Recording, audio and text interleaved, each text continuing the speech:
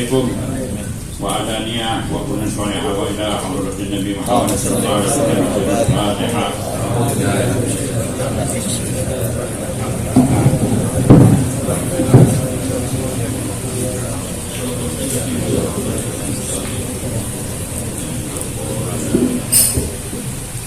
Bismillahirrahmanirrahim. Alhamdulillahirabbil alamin. Hamdan katsiran thayyiban mubarakan fih. Asyhadu an la ilaha illallah wahdahu la syarika lah wa asyhadu anna sayyidana maulana Muhammadan abduhu wa rasuluhu la nabiyya ba'dah. Allahumma shalli wa sallim wa barik ala sayyidina Muhammadin miftahi babi rahmatillah adada ma fi ilmillah salatan wa salaman daimaini bi dawami mulkillah wa la hawla wa la quwwata illa billah. Amma ba'd. Rabbi syrah li sadri wa yassir li amri wahlul 'uqdatan min lisani yafqahu qawli. Bismillahirrahmanirrahim. Nawaitu ta'alluma wa ta'lim wa tadhakkura wa tadhkir wa nafa'a wal intifa' wal ifadah wal istifada wal hatha 'ala tamassuk bi kitabillahi wa sunnati rasulih wa du'a ila al-huda wa dalala ila al-khair tiwa'a mardatillahi wa thawabihi wa qurbihi wa husnil khatimah inda al-maut. Amin ya rabbal alamin. Qala al-musannif rahimahullahu ta'ala wa nafa'a bihi bidarain amin fi kalam al-imam al-habib Ahmad bin Hasan al-Attas.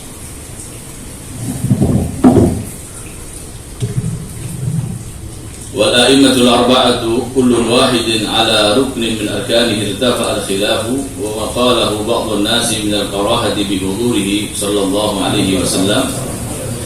Qala sayyidi فهكذا كان السلف يراعون بأعمالهم الظاهر والباطن والاتباع. وجاء الحبيب أحمد بن عبد الله خير ساكن ضلع إلى كنفذة فتوضأ يوما فجيء إليه بالقراحف وهي نعال من عود ليلبسها فردها وأنشد سبى الله أرضنا ما تجد فيها القراحف ومذهب الشافعي ما تجد فيه المخالف. قال سيدي رضي الله عنه وترى الموسوسين لا يتوضأ أحدهم بلا نعال لا في الدار ولا في الشارع وهم يقولون في تقريرهم ويعفى عن دين الشارع المتحقق نجاسته. قال جامع هذه النبذة أخبرني أخي السيد الفقيه علي بن عبد الله الحبشي أن صاحب الأنفاس رضي الله عنه توضأ مرة بتريم في بيت الحبيب محمد بن حسن عيدين بمنزل فيه مفروش بحصير معد لتربية أولاده الصغار فقربت إلى النعال ليلبسها إذا توضأ فأعرض عنها ومشى على ذلك الحصير فقيل له إن هذا المنزل معد لتربية أولاد الحبيب محمد بن حسن فقال حتى أولاد أيلد كلهم. قال سيدي رضي الله عنه سألت الشيخ محمد العزب ما الذي أوصلك إلى هذه الحالة من شدة القرب المعنوي من الحبيب الأعظم صلى الله عليه وآله وسلم؟ فقال كان أبائي يكرون الضيف ولهم كرم فقلت ليس هو ذا. فقال رأيته صلى الله عليه وسلم وصببت عليه الماء وهو يتوضأ وشربت ماء وضوئه فقلت بهذا وقع لك ما وقع. Assalamualaikum warahmatullahi wabarakatuh. Alhamdulillah, pada kesempatan sore hari ini yang penuh keberkahan di bulan yang mulia, di bulan Rajab, kita bisa kembali bersilaturahmi di rumah akhina Al-Habib Shadiq Segaf, dihadiri oleh para habaib, di antaranya Sayyidil Walid Al-Habib Alwi Al-Idrus dan banyak lagi para habaib yang insyaallah Allah senantiasa memberkahi beliau-beliau dan memberkahi majelis kita yang mulia ini karena dihadiri oleh para habaib. Dan tentunya pembahasan kita masih seputar tentang kalam atau nasihat-nasihat daripada salafun saleh terkait dengan ilmu, amal, dan bagaimana para salafun saleh mencapai ilmu yang sangat tinggi di dalam pemahaman Islam, iman, dan ihsan. Di antara yang sudah lewat bagi kita tentang apa-apa yang telah disampaikan oleh Al-Habib Ahmad bin Hasan Al-Attas, sampailah kita di dalam pemahaman yang beliau sampaikan sebelumnya, bahwasannya seseorang yang memiliki ilmu, maka ilmu itu akan menghantarkan dia kepada kepastian, yakin. Jadi yakin itu adalah satu hal yang wajib kita usahakan berkaitan dengan ibadah. Al-Imam Al-Habib Abdullah bin Ali bin Haddad pernah mengatakan, alaika bitashihil yakin fa innahu idza tamma sara al-ghaibu iyanan bila nukri. Keyakinan ini didapatkan dengan dua hal. Yang pertama adalah dengan ilmu, dan yang kedua adalah dengan amal soleh. Ilmu tanpa amal tidak akan berbuah. Amal tanpa ilmu pun tidak mungkin jadi. Dalam Al-Quran hampir seluruh ayat, bahkan pernah kami mendengar guru kami mengatakan sekitar 1000 ayat, Allah sandingkan alladzina amanu wa amilus sholihat. Tidak pernah Allah pisahkan. Jadi kesalahan yang fatal bagi seorang muslim adalah beribadah tanpa belajar. Ada orang yang ibadahnya itu hanya melihat, mencontoh orang lain, tetapi tidak mempelajari. Sholat misalnya, Nabi nyatakan shollu kama ra'aitumuni usolli. Sholat yang dilihat sahabat terhadap sholat Nabi alaihi salatu wassalam dari sekian banyak riwayat, itulah yang dibukukan oleh para ulama. Sehingga sholat ini menjadi satu hal yang dilakukan dengan pemahaman yang sahih. Begitu juga wudhu Nabi SAW. Dalam bab ini beliau Al-Habib Ahmad bin Hasan Al-Attas menceritakan bagaimana amal salaf. Karena amal salaf itu tidak keluar dari pemahaman madhab 4. Karena setiap madhab daripada 4 madhab itu tidak berbenturan. Akan tetapi mereka itu memahami daripada riwayat-riwayat yang diterima daripada Rasulullah SAW. Imam Syafi'i menjadi teristimewakan, diikuti oleh salaf kita, dan menjadi madhab yang dirujuk oleh ulama-ulama besar dunia. Karena Imam Syafi'i yang pertama adalah satu-satunya daripada 4 madhab yang bernasabkan Quraisy. Ya, yang bernasabkan Quraisy, dan itu adalah nasab daripada keluarga Rasulullah SAW. Yang kedua, beliau Imam Syafi'i adalah pendukung daripada a'immah ahlul bait. Karena guru-gurunya Imam Syafi'i semuanya berkiblat kepada Imam Ja'far Shadiq. Imam Syafi'i memiliki guru Muhammad bin Hasan. Yang pertama guru beliau adalah Imam Malik bin Anas di Madinah. Imam Malik ini adalah murid Imam Ja'far Shadiq. Kemudian ketika beliau Imam Syafi'i berangkat ke Kufah, Imam Abu Hanifah sudah wafat, sudah meninggal. Kemudian dia belajar kepada murid-murid Abu Hanifah. Di antaranya adalah kepada Imam Muhammad bin Hasan Asy-Syaibani. Abu Hanifah adalah murid daripada Imam Ja'far Shadiq dan pendukung utama Imam Zaid bin Ali Zainal Abidin di dalam perjuangannya.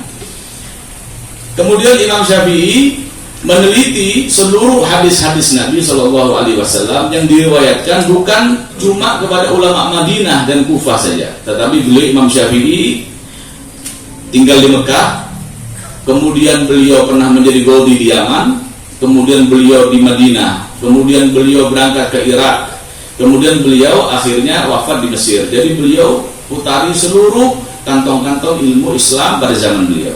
Jadi luas betul ilmu Imam Syafi'i. Lebih daripada itu, Imam Syafi'i meneliti secara khusus tentang hal-hal yang terkait daripada amalan Nabi di akhir umur Rasulullah SAW, di akhir umur Nabi. Jadi adanya perbedaan pendapat itu, ada sahabat meriwayatkan, akan tetapi ada riwayat setelah itu yang menasakh perbuatan Nabi SAW yang sebelumnya. Seperti Nabi SAW dulu mesti wudhu dari apa-apa yang tersentuh api. Setiap makanan yang tersentuh api, Nabi itu wudhu setelah itu. Nah itu awal-awal. Akan tetapi setelah itu Nabi SAW setelah makan apapun, Nabi SAW tidak wudhu lagi. Ini akhir daripada apa yang Nabi lakukan. Kemudian Nabi memerintahkan jika orang itu memakan daging onta secara khusus, maka Nabi perintahkan sahabat wudhu. Itu awal-awal, ada khilaf di antara ulama. Ya, artinya daging onta ini memiliki gestur yang beda dengan daging yang lain, dia agak keras. Jadi jika dimakan, maka biasanya tidak aman, orang itu akan keluar angin. Ya, itu pernah. Akan tetapi Imam Syafi'i melihat Rasulullah SAW di akhirnya ada dua riwayat, antara menetapkan dan sebagian sahabat masih. Ya, artinya tetap mereka wudu kalau memang mereka itu makan daging onta secara khusus, bukan daging kambing atau daging sapi. Begitulah para salaf. Jadi mereka itu dengan ilmu, mereka itu beribadah kepada Allah ala basirah. Ya. Nah, di antaranya adalah mereka tidak pernah was-was. Tidak pernah was-was sama sekali. Diceritakan oleh beliau bahwasannya salaf itu setiap amalan yang mereka lakukan, mereka mengukur amalan Nabi SAW dan para sahabat dan ahli bait. Tentunya para salafun saleh. Ya, walzam kitaballah watba sunnatan waqtad hadaballah bil aslafi, kata Imam Al-Haddad. Jadi Al-Qur'annya dari kecil mereka hafal Quran. Semua manaqib habaib yang ditarim dalam kitab Al-Ghurar, dalam kitab Al-Masy'arawi, dalam kitab Tarajim Sadah Ba'alawi, itu hampir semuanya ketika menerjemahkan mengatakan wulida bitarim wa hafizal Qur'an al-azim wa ta'addaba bi abi. Lahir di Tarim, hafal Al-Quran dan mengambil adab dari ayahnya. Beradab, berkiblat langsung kepada siapa? Kepada ayahnya sendiri. Karena ayahnya orang alim. Tidak mungkin mengambil adab dari ayah yang tidak alim. Jadi ayahnya itu gurunya sendiri dan contoh pertama bagi sang anak. Ini luar biasa. Kita punya salah. Diceritakan oleh beliau Al-Habib Ahmad bin Abdullah Khirid, ini seorang ulama. Beliau itu tinggal di Budoh. Daerah Budoh itu daerah Doan. Ya, keluarga Albar banyak di situ. Itu beliau pernah sekali waktu berangkat ke satu daerah bernama Kunfuzah. Kemudian beliau wudu biasa, orang mau sholat wudu. Kemudian setelah wudu, si pemilik rumah ini mendekatkan sendal kepada beliau. Sendal daripada kayu namanya karahif. Itu sendal daripada kayu. Sedekatkan. Kemudian beliau nggak mau. Beliau tolak. Kemudian beliau tersenyum. Beliau mengatakan kalimat Saqallahu ardana ma tajid fiha al-qarahif. Dia bilang alhamdulillah ini bumi Hadramut yang hujan rahmat tidak putus ke negeri ini. Ya. Bukan satu kebiasaan kami keluar kamar mandi pakai sendal. Ini sendal dari luar ya. Sendal dari luar. Kemudian dan madhab Syafi'i di Hadramut itu adalah madhab yang memang menjadi rujukan utama. Tidak ada madhab lain di Hadramut. Tidak ada madhab lain selain madhab Syafi'i. Dulu sebelum datangnya Imam Ahmad bin Isa Muhajir ada madhab Hanafi sedikit sekali. Tapi yang banyak itu sebelumnya adalah madhab Abadiyah, Khawarij. Setelah terjadi fitnah dari pihak mereka, akhirnya mereka itu terusir dan sekarang mereka tinggal banyak daerah Oman. Di Hadramut bersih sudah. Jadi beliau tidak pakai sendal, ya. Ini bukan berarti pakai sendal itu sunnah atau apapun. Ya, selama kita tidak lihat najis, kita nggak usah was-was. Para habaib itu dulu kalau datang Habib Abu Bakar bin Abdullah, Habib Saleh bin Abdullah Al-Attas, guru Habib Ahmad bin Hasan, datang ke rumah waktunya sholat. Gak bingung cari sejadah, gak bingung mereka itu cari karpet yang bersih. Selama tidak kelihatan najis, kenapa kita was-was? Pakai sendal juga begitu. Yang menjadi masalah itu kalau memang kelihatan najisnya jelas itu. Tapi kalau tak ada najisnya nggak perlu kita cari-cari. Pertanyaan kita justru yang menjebak kita. Seperti ada orang lewat di bawah rumah tersiram air dari atas. Di sahabat Nabi bersama Sayyidina Umar berjalan. Kemudian dia nanya, wahai pemilik rumah ini air apa? Sayyidina Umar berteriak, jangan dijawab. Udah biar kami jalan. Kalau dijawab, ya kalau yang baik yang benar yang ngomong. Kalau dia godain kita air najis, ya habis semuanya itu satu jamaah. Jangan dijawab, udah lewat aja, udah. Gak usah dicari-cari. Kalau seandainya yang ngomong ini pas kebetulan dia itu hatinya kurang bagus, ya kencing anak-anak itu berabe semuanya, baju cuma satu. Iya, kalau kita selemari baju. Jadi zaman Nabi SAW baju kakak banyak. Sahabat juga kadang meninggal jihad, perang nggak ada kain untuk menutup jasad mereka. Kalau ditutup bawahnya, kepalanya nggak ditutup. Seperti Mus'ab bin Umair sampai Nabi menangis. Sahabat yang paling mirip wajahnya dengan Nabi ada 7 orang sahabat. Di antaranya Mus'ab bin Umair ini. Pertama delegasi Nabi ke kota Madinah. Beliau adalah anak orang paling kaya di Mekah, paling dimanjakan oleh ibunya. Ketika dia ikut Rasulullah SAW, nggak diterima, ditolak, terusir dia. Datang menyusul Nabi seorang diri ke Madinah. Ya, Nabi menangis ketika dia melihat dia wafat. Nggak ada pakaian yang dipakai, ditutup kepalanya, kakinya kelihatan. Kakinya tertutup, kepalanya kelihatan. Akhirnya Nabi SAW sudah diserahkan kepada Allah dan malaikat untuk mengurusnya. Setelah Nabi urus tentunya. Sahabat miskin pada saat itu. Jadi pertanyaan itu, ya, juga jangan asal seperti jalan umum, semua najis yang ada di jalan dimaafkan oleh syariat.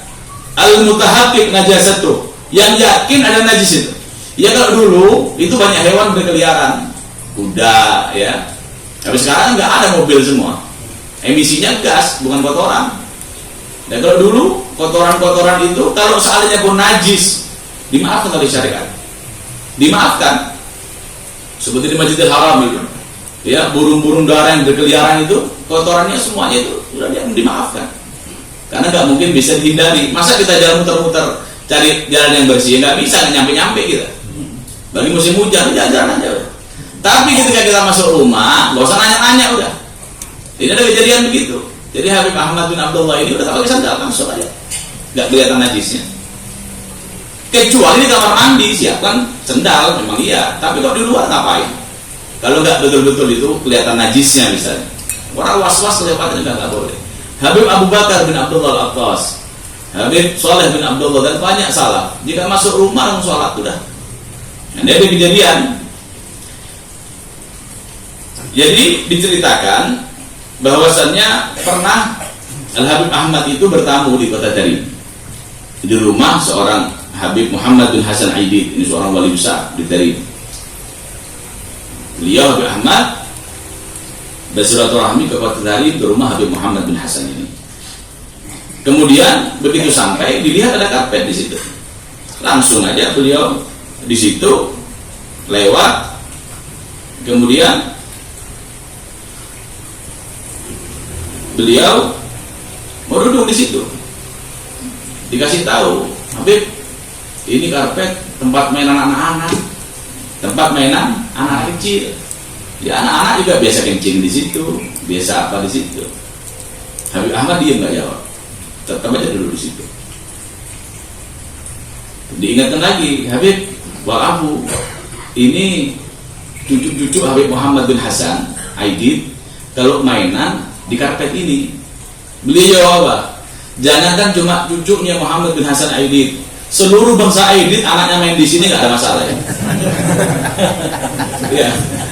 Jangankan satu keluarga Muhammad bin Hasan Aidid, seluruh bangsa Aidid anak-anaknya main di sini nggak ada apa masalahnya. Nggak ada kotoran terlihat di situ, nggak ada apa-apa di situ, ya sudah. Ya, ini salah seperti itu. Nggak ada was-was sama sekali, enteng aja mereka.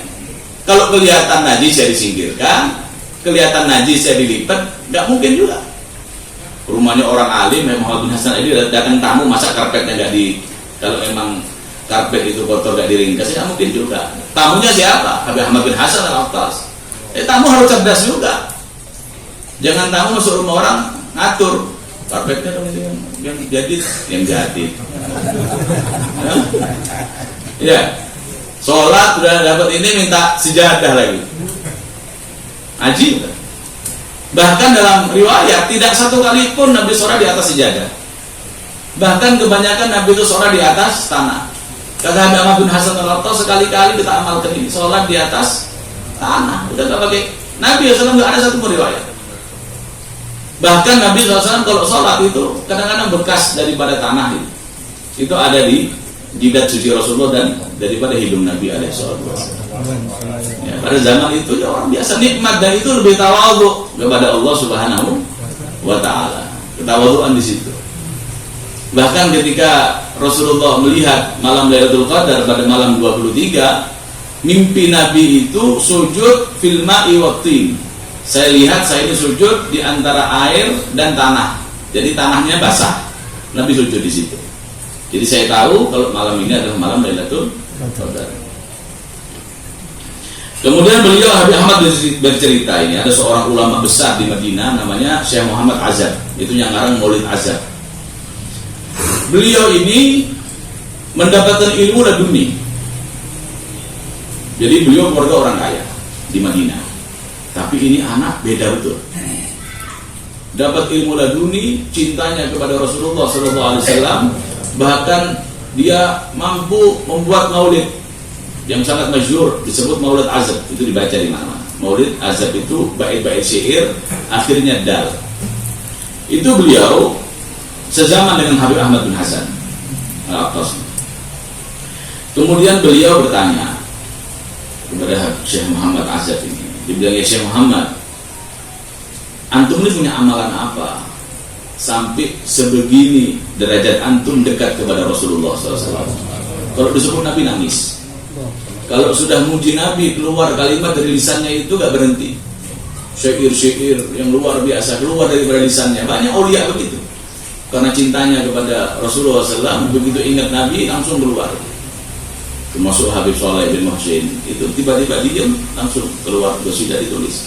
Habib Ja'far bin Hamad al-Idrus, itu diam tiba-tiba keluar itu kalimat-kalimat. Begitu ditulis, jadinya bait-bait syair yang rapi, luar biasa. Bisa digosidahkan, bisa dinikmati. Itu datangnya langsung. Syekh Muhammad itu begitu di zaman itu. Habib Ahmad bertanya, apa rahasianya? Dibilang nggak ada, kata beliau. Saya ini punya orang tua, kakek moyang saya ini suka terima tamu di rumah. Dermawan betul mereka. Kalau masuk rumah saya, siapapun tamunya dihormati. Itu orang-orang tua saya. Habib Ahmad mengatakan, bukan itu mah banyak. Yang begitu banyak. Banyak orang-orang tuanya dermawan, anaknya biasa aja, cucunya biasa aja. Ini ada keistimewaan sesuatu yang kau memiliki sehingga Nabi memberikan keistimewaan kepada engkau. Akhirnya beliau mengatakan bahwasannya dia ini pernah bermimpi Rasulullah. Bermimpi siapa? Rasulullah SAW. Di dalam mimpi itu saya ambilkan air wudhu bagi Nabi. Nabi wudhu dari air tersebut, bekas air wudhu Nabi itu saya minum. Bekas air wudhu Nabi yang beliau minum. Begitu diminum, langsung Allah Subhanahu wa taala membuka pintu ma'rifat kepada beliau. Luar biasa. Ada seorang ulama besar di Yaman bernama Syekh Abdul Karim bin Ibrahim Al-Jailani, disebut Al-Jailani, Al-Kailani juga bisa juga. Itu beliau mengarang kitab namanya Al-Qamusul A'zam wa Namusul Aqdam, itu 40 juz. Itu Imam Nabhani itu cari itu kitab, cuma dapat kira-kira 4 atau 5 juz. Sisanya itu hilang entah kemana. Jadi beliau dalam kitabnya itu Majma'ul Bihar, beliau minta betul kepada umat Islam yang tahu di mana kitab itu untuk dicetak, untuk dikenalkan kepada orang Islam. Apa isi kitab itu? 40 juz atau 40 jilid berbicara tentang cahaya Rasulullah SAW, tentang Nabi kita Muhammad. 40 jilid yang berbicara apa yang diomong. Imam Nabhani dapat 4 juz atau 5 juz. Ada dalam kitab itu yang beliau tulis, ya. Itu beliau ditanya, bagaimana engkau bisa berbicara tentang Rasulullah sedemikian luas, sedemikian hebat, sementara engkau tidak keluar dari negara Yaman? Beliau katakan, alhamdulillah, futihat li thubbah. Alhamdulillah, Allah Subhanahu wa taala bukakan kepada hati saya makrifat itu seperti lubang jarum yang tembus kepada cahaya suci Rasulullah. Dan ini saya bisa berbicara. Yang diizinkan itu dia berbicara 40 juz. Kalau dia mau berbicara, dia berbicara lebih daripada itu tentang rahasia, tapi sudah segitu. Itu laduni namanya, ilmu laduni yang sangat luar biasa. Syekh Umar Muhdar, beliau katakan kalau Allah izinkan saya berbicara tentang iman, maka saya akan jadikan 40 punggung onta penuh dengan kitab hanya bahasan iman saja. Tapi kalau saya tidak takut syuhrah, tidak takut terkenal, ya, jadi para salafun saleh itu lebih mengedepankan untuk khumul. Ya sudah, bersembunyi sampai Allah sendiri yang mengangkat.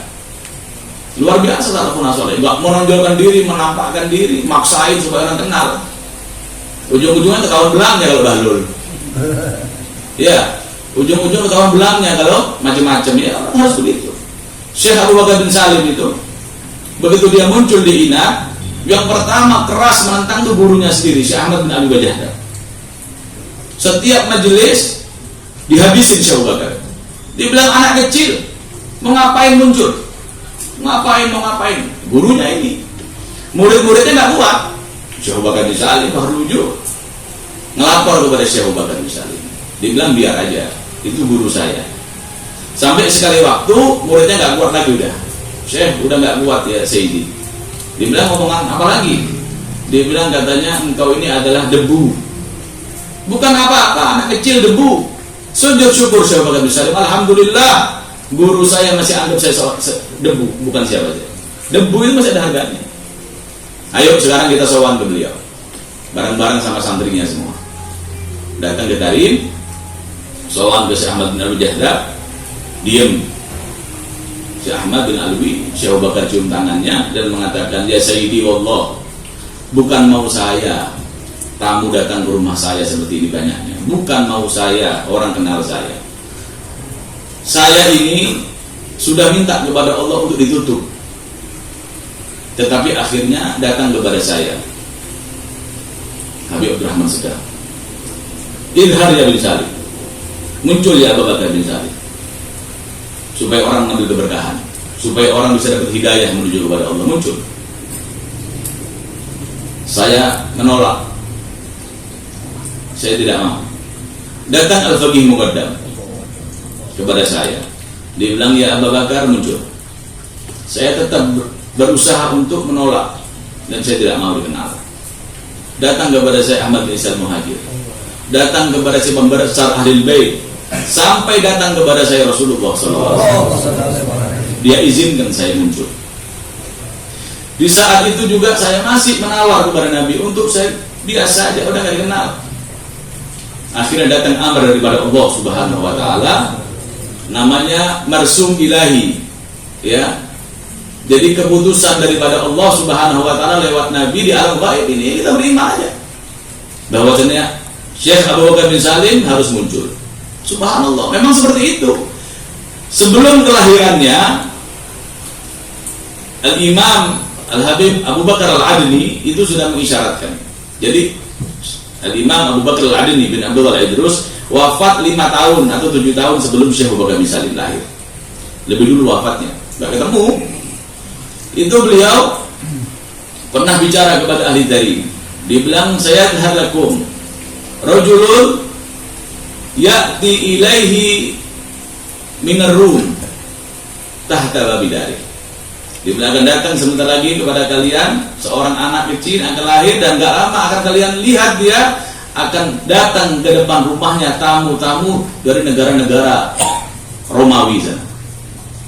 Dari Romawi di zaman itu. Sekarang ada pesawat. Tamu Syekh Abu Bakar bin Salim itu sampai dari daratan Eropa di zaman itu. Madharnya luar biasa. Itu tamu-tamu yang datang dari haji dari Mekah itu berbondong-bondong ke Hadramaut ziarah kepada Syekh Abu Bakar bin Salim. Jadi mereka itu sudah haji, mereka dengar madharnya Syekh Abu Bakar bin Salim, mereka ke Hadramaut. Jauh betul. Tapi ya begitu, setiap datang kepada beliau dapat karomah yang sangat luar biasa. Ini mimpi Rasulullah SAW. Mimpi Nabi minum air wudhunya, Allah sudah bukakan pintu ilmu yang luar biasa. Saya ingin bercerita di sini. Guru kami sendiri dan saya dengar sendiri, Sayyidul Walid Al-Habib Salim bin Abdullah bin Umar Syatiri pernah menceritakan kisah ini ketika kita di Nabi Allah Hud ziarah di sana. Kemudian beliau bercerita, alhamdulillah, saya ini begitu mendengar cerita Syekh Muhammad Azab, dia bukan seorang sayyid, bukan seorang habib, orang biasa, cinta kepada Nabi yang luar biasa, Nabi muliakan. Saya ini merasa iri, kata Habib Salim. Akhirnya saya kebawa pikiran, namanya orang bersih hatinya, orang soleh. Akhirnya tidak beberapa lama saya mimpi Rasulullah. Salim cerita, saya dengar sendiri, bukan kata orang. Saya mimpi Rasulullah, kemudian Rasulullah perintahkan saya ambil air yang cukup banyak. Saya ambil air, kemudian Nabi mandi dengan air itu. Nabi mandi dengan air itu, kemudian Nabi wudhu, kemudian sisa air mandi dan wudhu Nabi itu saya minum semuanya dalam mimpi. Jadi begitu saya terbangun, saya berpikir Syekh Muhammad Azab itu hanya minum air wudhu Nabi, saya ini minum air mandi Nabi SAW. Ternyata setelah saya pikirkan, Nabi SAW memberi saya keistimewaan karena mungkin saya adalah zuriyahnya. Nah setelah itu Habib Salim, Masya Allah, ilmunya luar biasa. Hampir semua kitab yang beliau baca sudah beliau hafal. Kalau kita lihat Habib Salim masih mudanya, atau ketika beliau itu ngajar kitab, lautan ilmu, nggak berhenti. Ayat, hadis itu tidak berhenti sama sekali. Ya luar biasa ilmunya. Sampai ayah beliau itu mendapat bisyarah dari Imam Al-Haddad Sahib Ratib bahwasanya beliau akan menjadi sultanul ilm, ya sultan. Jadi memang sudah bisyarah itu sebelum lahirnya pun sudah ada kabar gembira. Ya kenapa ini semua? Ini berkah daripada kesalehan orang-orang tuanya, kesalehan daripada leluhurnya jatuh kepada beliau. Jadi buah-buah daripada kesalehan orang tuanya. Pernah sekali waktu Imam Al-Haddad itu ziarah ke mana? Mekah untuk manasik. Dulu kalau mau ke Mekah itu ya jauh-jauh hari sudah jalan, dari bulan Syawal sudah bergerak. Imam Al-Haddad itu ketika haji ke Mekah, beliau ambil jalur Yaman. Jadi muter Habib. Jadi dia lewat Aden. Jauh betul. Dulu kita naik mobil dari Aden ke Tarim itu 24 jam. Anda bisa bayangkan kalau jalan kaki itu. Dari lewat jalurnya jalur Mukalla, terus ke Syabwa, ke Abban, itu terus masuk Aden, nanti lewat Taiz, lewat Zabid, lewat Hudaidah, kemudian masuk ke Hijaz, lewat sana itu, lewat Tihama. Itu muter jauh. Beliau pilih jalur itu karena di situ banyak para ulia-ulia dari Adeni, ya, ziarah kepada Syekh Muhammad Abdullah bin Ali Maula Wahad, cucu daripada Syekh Ali bin Abu Bakar Sakran. Di Wahad itu ada desa dekat Aden namanya Wahad. Itu Habib Abdullah bin Ali Maula Wahad itu hijrah ke Wahad memiliki 38 anak laki. Karomah macam apa? 38 anak laki semuanya ulama besar.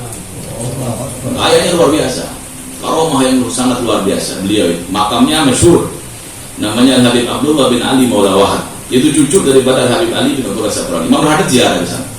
Sudah sampai ke Zabid, ziarah ke ulama-ulama Zabid, sampai ke Hijaz, sampai di Mekah. Ketika di Mekah, seluruh pengajian di kota Mekah itu di-stop, diberhentikan sementara untuk mengambil ilmu kepada Sahib Ratib. Anda bisa bayangkan ini mazhar yang sangat luar biasa. Orang-orang Mekah itu tahu Mekah itu pusat sentral ulama-ulama dunia. Kalau dulu datang sosok daripada Al-Ba'alawi dari Tarim, mereka itu tahu kelasnya. Itu sampai pengajian itu di-stop, semuanya di-stop. Semuanya itu sekarang aja sudah beda. Ya, penguasanya sudah beda. Bukan Ahlus Sunnah lagi, Wahabi dan seterusnya. Tapi dulu yang masih bebas Masjidil Haram dengan para ulama-ulamanya, dengan madzhabul arba'ahnya, mereka tahu itu kelasnya. Mereka bisa menunjukkan bagaimana ini yang menguasai ilmu dan seterusnya. Ada cerita yang menarik ketika beliau di Mekah itu ada Baitul Habarim namanya. Jadi rumah untuk orang-orang Habarim wakaf. Itu sekarang udah nggak ada. Zaman kira-kira masih 100 tahun yang lalu, 80 tahun masih ada itu rumah. Dan kamar Imam Al-Haddad ada di situ. Kamar Bagi Muqaddam ada di situ. Kamar 5 Abdurrahman Segaf, Syibah, Salaf itu ketika turun di rumah itu ada kamar-kamarnya. Dulu tahu, sekarang udah nggak ada. namanya daerah Baitul Jihad, Baitul Hadirin namanya daerah Baitul Jihad di Mekah. Sekarang udah nggak ada. Habib Salim pernah cerita. Itu ketika Imamul Haddad Sahibul Ratib di kamar, beliau bilang kepada satu khadimnya, jaga pintu, jangan izinkan siapapun masuk hari ini. Saya pengen privasi. Jangan izinkan siapapun. Depan. Nggak mau datang apa. Istirahat. Habib nggak ngizinin. Tiba-tiba datang satu orang agak jadab, teriak-teriak dia, saya cium bau botok di sini, saya cium bau botok di sini. Seperti orang gila. Waduh, ini tambah rame. Akhirnya dipanggil namanya, apa yang rame-rame di sini? Dia bilang nggak ada bau botok ini, nggak jauh ini, saya mau ketemu. Iya tapi nggak bisa ini, laporin. Saya nggak bakal berhenti teriak-teriak kalau nggak ditemui. Orang soleh masuk, assalamualaikum, ada orang teriak-teriak, suruh masuk, suruh diem, suruh masuk. Masuklah ketemu Imamul Haddad, sebentar ketemu, keluar beda. Yang asalnya itu orangnya agak jadab, keluar tenang, wajahnya bercahaya, tersenyum, jalan lempang udah beda. Ya, ibarat magamnya masih setengah jadi satu ini. Utuh udah. Ini khadimnya ini balik. Dia bilang, ya Habib, Pak Habib, ini orang baru tahu mukanya, baru ketemu sekarang kok antum kasih banyak dia. Lah aneh ikut antum berapa tahun Habib? Kok gini-gini aja? Orang aneh kok gini-gini aja Habib. Kata Imamul Haddad, mau anda jawab? Iya dong Habib, di mana? Kau ada, bulan ada. Datang sama anak, wadahnya sudah bersih, siap. Jadi anak kasih udah selesai, udah berbagiannya. Memang dari tangan anak dia harus terima, bersih tempatnya, wadahnya bersih. Kalau itu masih bulat tuh dia. Itu ikut sama anak itu belum siap-siap. Aslih nafsak, perbaiki dirimu dan hatimu, akan anak kasih dimanapun berada. Menuti Allahumma ja'alna minhum ya Allah. Kalau orang siap, nggak usah minta, dikasih. Pasti dikasih. Makanya dalam satu kalimat Syiban dulu, ya, bahwasanya setiap seorang muslim, apalagi zuriyah Nabi SAW, yang terlahir itu dinazar oleh Kutub zamannya, dan Kutub perintahkan kepada para aulia yang dekat dengan orang tersebut untuk melihat, untuk membimbing. Tetapi jika seandainya dia lebih mendengarkan bisikan-bisikan kiri daripada bisikan-bisikan kebaikan, ya nggak dapat. Dzurriyyah ya begitu juga. Jika dia mengisi ya dengan hal-hal yang keluar daripada apa yang diajarkan keluarganya, Al-Quran dan Sunnah, ya udah nggak dapat wadahnya, belum bersih. Ini bayangkan Syekh Muhammad Azhar, Nabi berikan kemuliaan yang semacam itu, mimpi minum wudhu Nabi, keluar dia jadi orang alim yang luar biasa sebentar aja. Bagaimana orang bisa kurang ajar dengan sahabat Nabi? Coba yang lihat wajah Nabi SAW, dianggap orang lihat wajah Nabi itu Nabinya wafat kemudian berkhianat, seperti tidak ada bekasnya wajah Nabi SAW. Orang menangis hanya pengen lihat wajah Nabi, orang menangis rindu kepada Nabi. Lah ini ada orang mengklaim orang melihat wajah Nabi, beriman kepada Nabi, kemudian dicaci maki misalnya dengan alasan apapun. Apalagi berani-berani menghina istri-istri Nabi misalnya. Akalnya di mana? Orang sekarang ya yang bersalaman dengan Rasulullah SAW, beriman dengan Nabi SAW, ya tidak mungkin tersentuh api neraka. Tangan yang menyentuh tangan Nabi SAW. Bahkan Ummu Aiman dalam banyak riwayat hadis sahih itu ketika Nabi sakit, ya air seni Nabi SAW itu disuruh buang, diminum oleh dia. Nabi tidak larang, dan Nabi katakan tidak akan tersentuh api neraka jasad yang di situ ada sesuatu dari tubuhku, kata Nabi. Termasuk Abdullah bin Zubair, dan ini bukan sekali. Abdullah bin Zubair itu pernah Nabi hijamah, darah Nabi dia suruh buang, dia nggak buang, dia minum. Jadi artinya semua fadlah yang keluar daripada jasad Rasulullah itu suci dan tahir. Ya, itu fadlah, itu ijma ulama. Khilafnya syad. Dan Nabi SAW kalau hajatul insan itu nggak kelihatan sama bumi. Suci tersucikan Rasulullah SAW. Ini yang seperti itu Nabi katakan tidak akan tersentuh api neraka. Makanya Abdullah bin Zubair itu disebut qalbain, waktu memiliki dua hati, sangat berani, yang sangat luar biasa, karena dia pernah minum darah Rasulullah SAW. Bagaimana dengan istrinya yang digauli oleh Rasulullah SAW? Bagaimana istrinya berkumpul dengan Nabi SAW? Orang yang masih berpikir istri Nabi begini, ini orang sakit. Orang yang hatinya sakit, pikirannya sakit, akidahnya sakit. Udah mau dia katakan apa lagi? Mau dia puji Nabi seperti apa? Cuma dia katakan sayang istrinya serong, begitu aja kalau mau jujur. Orang puji Nabi SAW, terus kemudian dia katakan istrinya tidak jujur kepada suaminya dan masih dipertahankan. Ini bukan memuliakan tapi menghina ini. Mungkin disuruh murtad daripada agama Allah. Hati-hati. Kalau sudah berurusan dengan sahabat, salah. Nanti kita lihat di hari kiamat aja udah. Siapa mereka? Di dunia yang pakai akal, berani kepada orang melihat Nabi SAW. Yang maksum itu hanya Nabi, ya. Yang maksum itu hanya Rasulullah SAW. Selain Nabi SAW berpotensi salah. Tetapi salahnya orang yang tahu beda dengan salahnya orang yang bodoh. Ya begitulah. Kalau kita mau bahas sekarang karena fitnah ini sudah menjangkit, ya.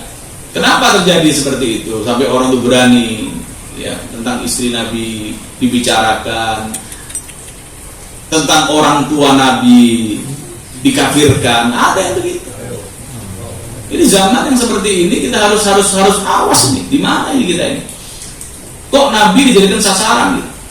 Ya, kalau nabinya udah apa ya? Mau dihina, Rasulnya kalau dia menghina Nabi sudah murtad jelas ya, maka dia sasar dari simbol-simbol yang dekat dengan Nabi. Ada satu pihak menghina keluarga Nabi. Ada satu pihak menyasar sahabat dan istri Nabi alaihi salatu wasallam. Makanya hati-hati. Maka beliau mengatakan, kana Habib Abu Bakar bin Abdullah Al-Attas yamradu fil ardi alladhi yusaddu 'alaiha al-mizab al-makhsus bi butul Habib Husain bin Umar Al-Attas. Syuf salafin salih itu menghormati leluhurnya, apalagi Nabi alaihi wasallam. Habib Abu Bakar bin Abdullah Al-Attas, ya, yang sangat alim, yang sangat arif billah. Itu guru Habib Ali Habsyi, guru Habib Ahmad bin Hasan Al-Attas, guru Habib Ali bin Salim bin Syekh Abu Bakar bin Salim, ponakan daripada Habib Syekh Umar Bu Alama. Syekh Umar Bu Alama itu yang punya masjid di Cirebon, punya masjid di Bukala, wafatnya di Syibah. Keramat besar. Punya ponaan, Syekh Umar ini tidak menikah atau tidak punya anak beliau. Nah, ponakannya ini Al Habib Ali bin Salim. Habib Salim ini meninggalnya di Gresik. Adik Syekh Umar Bu Alama. Habib Ali bin Salim ini luar biasa. Dulu di Inat, dia murid tertua Al Habib Abu Bakar bin Abdullah. Luar biasa. Itu para habaib, Habib Ali Habsyi, Habib Ahmad bin Hasan, jika ingin mendengar ilmu leduni yang masih baru datang daripada alam gaib, mereka datang ke Inat. Jadi Habib Ali kalau sudah berbicara tentang ma'rifat ilahiyah itu orang bingung semua. Dari mana ilmu? Luar biasa. Ini Habib Abu Bakar bin Abdullah. Jika dia datang ke rumah Habib Husain bin Umar Al-Attas, putra Sahibul Ratib, itu ada bekas, ada mizab. Jadi seperti keran begitu, ya. Itu tempat wudhu beliau. Itu jatuhnya air. Karena orang kalau wudhu itu di bawahnya mesti bekas air itu kan ke tanah di bawahnya. Itu masih ada di bawah. Itu kok sudah di situ, beliau ini menjadikan wajahnya itu di tanah itu, ya, diciumi bekas tanah itu, zaman tabarruk. Bayangkan bagaimana salafur rasul itu di zaman itu, ya, keterbatasan mereka, tapi derajatnya di sisi Allah Subhanahu wa taala luar biasa. Jadi bekas tanah yang di situ jatuh air wudhu Habib Husain bin Umar. Beliau Habib Bakar itu kalau sudah di situ itu sudah. Beliau jadikan kepalanya beliau itu menciumi tanah itu. diciumnya tanah itu luar biasa. Bayangkan dengan Habib Umar sendiri bin Abdurrahman, bayangkan bagaimana adab kepada yang sebelumnya. Jadi kalau ada orang anggap Syibban ini hanya tasbihan aja, doain orang, ya di sini doain orang pakai air ini, banyak orang awam waktu itu. Mereka dari Hadramaut datang ke sini, ya mendapati daerah yang belum Islam sebagian. Mereka berdakwah di sini. Ya nggak mungkin, mereka nggak dapat lawan untuk bicara ilmu. Lawan mereka adalah orang awam yang harus diarahkan, yang harus dengan penuh sabar. Mereka itu membimbing.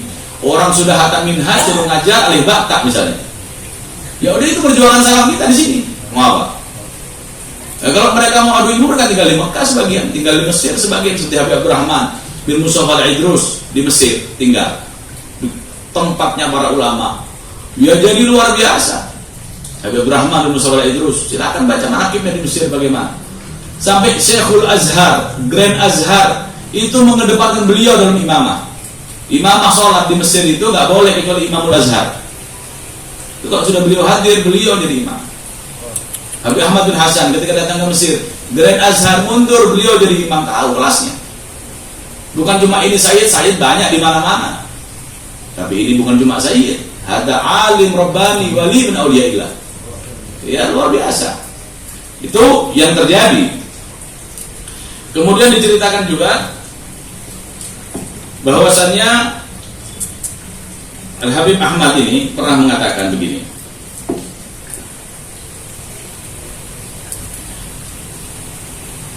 Al-Imam Al-Adni pernah mengatakan, Sayyiduna Al-Idrus Al-Adni pernah mengatakan, anta madumta hayyan fi jihadin kul qawiyal yaqini sabatal janani. Jadi selama engkau masih hidup di dunia, engkau itu harus berjuang. Gak boleh tidur, gak boleh malas-malasan. Jadi memang yang namanya makrifat ilahiyah atau mendekat kepada Allah untuk mendapatkan derajat yang tinggi di sisi Allah, ini adalah perjuangan. Wa man jahadu fina lanahdiyannahum subulana. Yaitu Allah kan ingin lihat siapa ayyukum ahsanu amala, siapa yang paling baik amalnya, siapa yang paling kuat imannya, siapa yang paling luas ilmunya, siapa yang paling istiqamah. Jadi semua itu nanti menjadi satu tingkatan ya, pencapaian. Syarat untuk dekat kepada Allah, gak harus Anda itu hafal semua kitab, tetapi minimal tahu rukun Islam yang 5 yang sangat mudah. 2 kalimat syahadat seperti nafas, gak boleh lepas. Kapan lepas murtad, naudzubillah min dzalik. Ya sudah, 2 kalimat syahadat seperti nafas, dari lahir udah kita muslim, alhamdulillah. Kemudian iqamatus shalah, menegakkan salat. Menegakkan salat, bukan cuma salat, tegakkan salat. Artinya salatnya, wuduknya, bersucinya itu ala basirah. Itu ilmunya sehari. Kemudian puasa setahun sekali. Nah, sekarang ini kita ingatkan bil munasabah. Kalau kita punya hutang puasa kemarin, ini sudah masuk bulan Rajab. Sudah dekat Ramadan lagi, kurang 2 bulan. Kurang. Maka kalau hanya yang masih punya hutang Ramadan kemarin, cepat diqadha, cepat diganti. Keluarga kita di rumah dikasih tahu. Yang mungkin tahun kemarin ada halangan. Wajib diqadha. Puasanya, kalau seandainya masuk Ramadan besok belum diqadha, kita berdosa dan wajib dendam. Itu setahun sekali. Kalau kita sakit, kita musafir, ya silahkan gugur wajibannya. Boleh diqadha 11 bulan waktunya setelah itu. Kemudian ini di bulan Rajab ini ada satu bisyarah daripada Nabi. Kalau kita ini berpuasa di hari Kamis, Jumat, Sabtu, 3 hari berturut-turut di Ashhuril Hurum, fi Syahril Haram dalam riwayat, 3 hari. Apa tadi? Kamis, Jumat, Sabtu. A'tahu Allah thawaba ibadati 900 sana. Allah akan berikan dia pahala orang beribadah 900 tahun. Dalam riwayat 700 tahun. Ini hadisnya sahih. Sudah sekalian diqadha. Ambil hari Kamis, dapat puasa sunnah Rajab juga. Yang pertama lihatnya qadha puasa, ikut puasa sunnah, sudah dapat pahala. Jumatnya juga dia puasa misalnya, Sabtunya dia puasa. Nah, ini wajib diqadha. Kemudian zakat bagi yang mampu, yang orang punya perdagangan, berjalan perdagangannya, berputar setahun, bayar zakatnya 2,5% aja. setahun sekali, itu pun nggak semua tersasar dengan kewajiban. Kemudian haji seumur hidup sekali, masya Allah, sudah itu aja. Makanya dalam satu athar, innallaha mattakhadallahu waliyan jahilan wa in ittakhadahu la'allama. Ibnu Hajar Al-Haytami dalam kitab fatwanya menyebutkan satu riwayat athar daripada sahabat, bahwasannya Allah tidak akan melantik seseorang menjadi kekasihnya kalau dia bodoh. Kalaupun Allah akan lakukan itu, Allah akan giring dia belajar. Dia akan digiring apa? Belajar menjadi ilmu. Ilmunya sedikit. Nabi itu tahu kelemahan kita, kapasitas kita. Makanya dalam Al-Quran ini, Qul in kuntum tuhibbunallaha fattabi'uni. Kalau engkau cinta kepada Allah, ittiba Nabi. Ittiba itu gak harus jadi orang alim, gak harus jadi mujahid, gak harus jadi orang yang qiyamul lail setiap malam, berat itu. Tapi ittiba kepada Nabi adalah bagaimana kita mengkopi daripada akhlak mulia Rasulullah SAW. Kewajiban yang dibebankan kepada kita lakukan sebaik mungkin, yang diharamkan kita jauhkan sejauh mungkin. Itu. Jadi kata beliau Imam Al-Adni, kun qawiyal yakin, maka perbaiki yakinmu, jangan melemah yakinmu. Wa'bud rabbaka hatta ya'tiyakal yakin. Menyembah kepada Allah, jangan berhenti sampai datang keyakinan yang pasti, yaitu kematian. Gak boleh berhenti, gak boleh mundur. Menyembah kepada Allah Subhanahu wa ta'ala. Kita nyari dunia aja urusan sepele. Mau buat apa? Gado-gado. Ya nggak bisa instan kecuali kita beli. Mau buat ya ngeracik dulu. Perlu waktu. Urusan dunia yang sepele. Apalagi urusan dunia yang pengen rumah, pengen mobil, pengen apapun di dunia ini, ya banting tulang. Urusan rezeki itu bedanya urusan akhirat sama dunia. Kalau urusan dunia itu tergantung Allah. Bukan siapa yang capek dia paling kaya, nggak ada itu. Kalau orang paling capek yang paling kaya, kuli paling kaya, nggak ada. Pemecah batu paling kaya, enggak. Orang cari kayu bakar di tengah hutan yang paling kaya, nggak ada. Urusan dunia, engkau berjuang, apapun pekerjaanmu, tetapi rizki Allah yang menentukan. Yang penting engkau cukup, hidupmu terjamin. Yang penting ajalmu belum datang, engkau pasti makan. Dalam Al-Quran, wa ma min dabbatin fil ardi illa 'ala Allahi rizquha. Rizkunya tergantung Allah. Urusan dunia begitu, ajib. Kalau Allah berkehendak, orang itu mau jadi kaya raya sekejap mata dengan sejuta cara Allah. Akan tetapi kalau urusan akhirat beda. Yang paling capek, yang paling tinggi derajatnya, udah pasti. Yang paling capek, yang paling tinggi derajatnya di sisi Allah Subhanahu wa ta'ala. Dan Nabi kita aja salah satu bengkak kakinya. Zalamtu sunnata man ahyal zalama ila anistaqat qadamahu durra min warami. Imam Busayri itu kalimatnya luar biasa. Saya zalimi sunnah Nabi. Sunnah siapa yang saya zalimi? Seorang manusia yang bangun malam sampai bengkak kakinya. Saya zalimi. Ketika saya melihat bagaimana amal Nabi di tengah malam gulita, kegelapan malam, Nabi berdiri. Itu Habib Abdullah bin Umar bin Yahya. Itu kalau sudah sholat, kakinya gak gerak sama sekali, seperti terpaku di bumi. Khusyuk yang sangat luar biasa. Wala tamshi wala tamanna 'ala Allah al-muhal. Jangan minta kepada Allah yang mustahil. Orang malam tidur minta jadi butuh. Iya. Iya. La tad'i kata Habib Umar bin Segaf. Habib Umar bin Segaf ini, masjidnya Abu Bakar Segaf bersih. Gurunya Habib Hasan Al-Bahar. La tamanni ya qasidku lahu alaim la yanalu haliman fid dujanaim. Jangan ngaku-ngakulah. Kalau orang itu jujur keimanannya kepada Allah, ada buktinya. Bukti yang paling kuat, di tengah malam dia pasti bangun. Malam yang ngorok. Ya, begadang nggak ada artinya misalnya. Terus mimpi, ya Allah, mimpi sebentar ketemu wali, udah jadi wali kayaknya. Nggak bisa. Ya, mimpi selain Nabi bisa dibajak. Mimpi selain Rasulullah boleh dibajak. Hanya mimpi Nabi sendiri yang nggak boleh dibajak. Mimpi Nabi hak pasti. Tapi mimpi selain Nabi, mimpi wali, mimpi apa, selama itu tidak membuat kita semakin dekat kepada Allah, ketahuilah kalau mimpi tadi itu adalah kekonyolan bagi kita. Karena mimpi adalah bisyarah.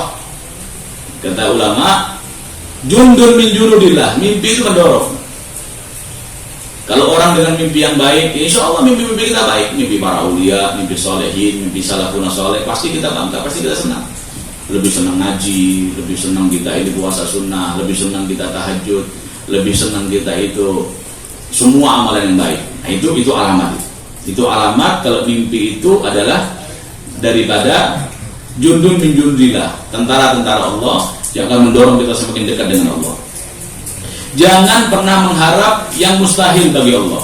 Haram ya, orang berharap, doa, mendoakan orang yang mana doa itu bisa buat orang itu terlena, itu haram hukumnya kata orang. Misalnya ini ada anak nganggur, gak syukur, didoain, doain, kiai doain, insya Allah anda doain dapat uang 10 miliar. Ya Allah, tidur dia, udah nganggur, doain 10 miliar, dapat fulus, punya rumah mau dijual warisan gak ada. Syukur enggak, warisan gak punya. Iya. Hayal, gak kerja, nunggu doanya Habib kali aja gobul. Nunggu doanya kiai. Ini doa semacam ini haram. Mungkin kita salam gak macam-macam doain orang. Insya Allah. Inti seperti Abu Kamajadah. Insya Allah istiqomah. Ngaji ya. Kita aja. Enggak. Hoya. Insya Allah doain tidak berproyek 50 miliar. Ya. Doain insya Allah datang sama inti, pulang datang sama inti insya Allah, insya Allah banyak gak jadi. Ya Allah, doa semacam ini bukan membangun tapi justru tidur dia udah. Kok gak kerja? Udah alhamdulillah aku doain dapat uang 10 miliar, tungguin aja kali aja gobul, gak tahu dari mana. Ya begitu. Wala tamanna 'ala Allah al-muhal. Jangan sekali-kali mengharap yang mustahil. Matlabu minhu lil ismati junan. Kalau engkau berharap engkau tidak bersalah, engkau gila kata Imam Al-Adini. Kau pasti bersalah, tapi kesalahanmu harus menjadi campur engkau dekat kepada Allah. Ayo. Makanya dikatakan setan itu tidak pernah menyesal iblis. Penyesalannya ketika menjerumuskan seorang manusia ke dalam dosa. Justru dosa yang dia perbuat itu menjadi tolak balik dia kembali kepada Allah. Banyak para aulia itu bekas preman, bekas orang-orang pendosa besar, banyak. Dalam Islam terkenal Fudail bin Iyad, perampok itu bertobat. Malik bin Dinar bertobat. Malik bin Dinar ini kepala rampok ceritanya, rampok besar. Punya anak perempuan satu, istrinya meninggal. Perempuan satu disayang betul sama dia, timang-timang anaknya. Kalau dia sedang ngerampok, anaknya duduk di pangkuan dia, itu datang anak buahnya nyerahin hasil rampokan. Hitung, anaknya tuh mainan di situ. Ya mainin emas, mainin apa, dia gak ada yang berani. Anaknya ini bos, kepala rampok kejam betul. Matinya, mati udah gak nafsu apa-apaan. Cuma satu-satunya anak paling dia cintai diambil sama Allah. Nangis luar biasa. Udah anak buahnya bingung semuanya, udah gak ada proyek, udah gak mau syukur, gak ada dia nangis aja bikin anaknya perempuan satu. Sekali waktu dia mimpi kiamat, dia tinggal di satu lembah yang menakutkan. Kemudian dia lihat ular besar mengejar dia, ular besar siap menerkam dia. Dia lari, di belakang dia ular semakin dekat. Dia lihat ada orang tua pegang tongkat berdiri lagi sholat. Dia tabrak orang tua tuh, Pak tua tolong selamatkan saya. Dia bilang, bagaimana saya menyelamatkan kamu, saya lemah begini. Bisa-bisa saya juga dimakan sama ular. Jangan, gak bisa saya bantu kamu, lemah ya. Jangan, merasa gak mungkin dibantu, lari lagi. Dia lari, cuma dikasih tahu sama orang tua ini. Dia bilang kamu bisa selamat dari ular ini. Di sana itu ada gunung, di atas gunung itu ada anak-anak kecil. Dia itu anak-anak orang beriman yang meninggal ketika masih kecil. So ini hari kiamat, jangan main-main. Kalau ente punya anak yang meninggal masih kecil, kamu cari di sini. Mungkin dia bisa memberikan kamu bantuan. Lari dia ingat anaknya. Lari, dia teriak-teriak, anaknya muncul dari kejauhan. Muncul dari atas gunung, dilihat ayahnya turun tuh anak, peluk bapaknya. Berpelukan, kemudian itu anak lihat ular itu diusirnya ular. Nangis bapaknya ini. Anaknya bilang, Abah, Dengan Abah tahu nggak ini hari apa? Ini hari kiamat. Udah Abah nggak ada yang bisa nyelamat ini. Abah harus tahu ular tadi itu amal buruk Abah. Dan orang tua tadi itu adalah amal baik kamu yang nggak mungkin membantu kamu di hari ini. Jadi amal baiknya sedikit, amal buruknya segudang. Dan saya ya Abah, putrimu belum tentu juga syafaatnya diterima kalau kamu dalam kondisi begini. Cuma ini ular satu saya selamatkan, nggak tahu datang lagi nanti berapa lagi datang ular-ular setelah ini. Bangun dia ketakutan, di situ dia bertobat kepada Allah sampai menjadi Malik bin Dinar, ulama besar, ma'ruf. Kalau kita baca kitab Islam, semuanya disebutkan sosok yang fatwanya, kalimatnya di dalam tauhid itu menjadi amalan para aulia. Siapa dia? Seorang mantan preman yang bertaubat kepada Allah, taubatan nasuha. Ya, taubatan nasuha kepada Allah SWT. Kemudian, jadi nggak mungkin orang nggak berdosa, tapi segera kembali kepada Allah. Wa idza ma yaqinu ka sahabihi fa huwa yahfaduka ma qad sya'akan. Akan tetapi jika engkau memiliki keyakinan, kata Imam Al-Adni, keyakinan engkaulah yang akan menjadikan Allah menjagamu dari semua mara bahaya. Wallahu alam. Insyaallah kita mendapat keberkahan daripada para salafus saleh. Wassalamualaikum warahmatullahi wabarakatuh.